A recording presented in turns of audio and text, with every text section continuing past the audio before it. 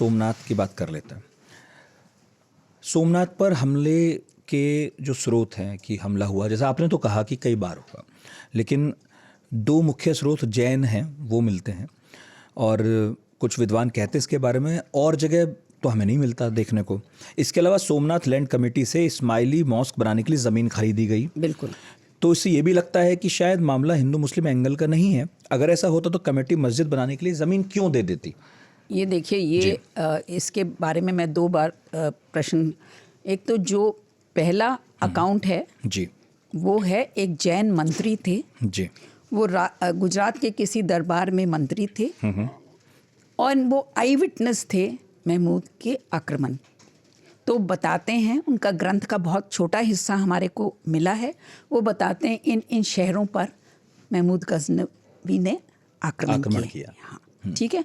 और वो एक और बात बताते हैं कि जब वो वापस जा रहे थे तो उनको एक और मंदिर दिखा और उन्होंने उस मंदिर की मूर्ति को भी उखाड़ने की कोशिश की, लेकिन वो असफल रहे।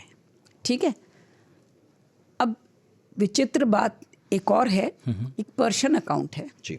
पर्शियन अकाउंट है कि जब महमूद गजनवी वापस जा रहे थे तो उन्होंने कहा मेरे को एक गाइड चाहिए जो मेरे को छोटे रास्ते से वापस ले जाए। तो एक व्यक्ति हैं, वो कहते हैं कि मैं गाइड हूँ, मैं आपको ले जाऊँगा। तो ले जाते हैं।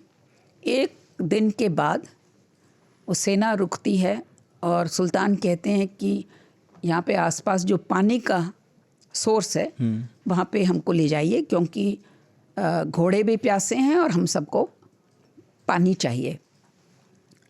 तो जो गाइड है वो कहता है कि आपने मेरे भगवान के साथ जो किया, तो मैं भगवान को उस तरह से मैं बचा नहीं पाया, लेकिन मैं बदला ले रहा हूँ।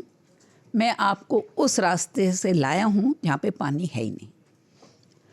So this is something when we talk about, we should keep this in mind. And of course he was beheaded. अब आपने ये एग्जाम्पल दिया मस्जिद का, तो एक नूरुद्दीन एक ट्रेडर थे, उन्होंने सोमनाथ पर मस्जिद बनाने का फैसला किया और जो कमेटी थी उन्होंने उनकी मदद की ताकि वो मस्जिद वहाँ पर बना लें। ठीक है। और उनका जो इंस्क्रिप्शन है वो डीसी सरकार, वो एक बहुत एमिनेंट हिस्टोरियन थे, एपिग्राफिस्ट थे, तो वो उन्होंने उसको ट्रांसलेट किया है। तो वो बताते हैं कि भाई इस मस्जिद के लिए ये मेरा टू मेंटेन द मस्जिद, और इस मस्जिद से जो इनकम मिलती है यहाँ के खर्चे के बाद जो इनकम बचती है वो मक्का भेजनी चाहिए। वो मैं चाहता हूँ कि वो जो इनकम बचती है वो मक्का भेजी जाए।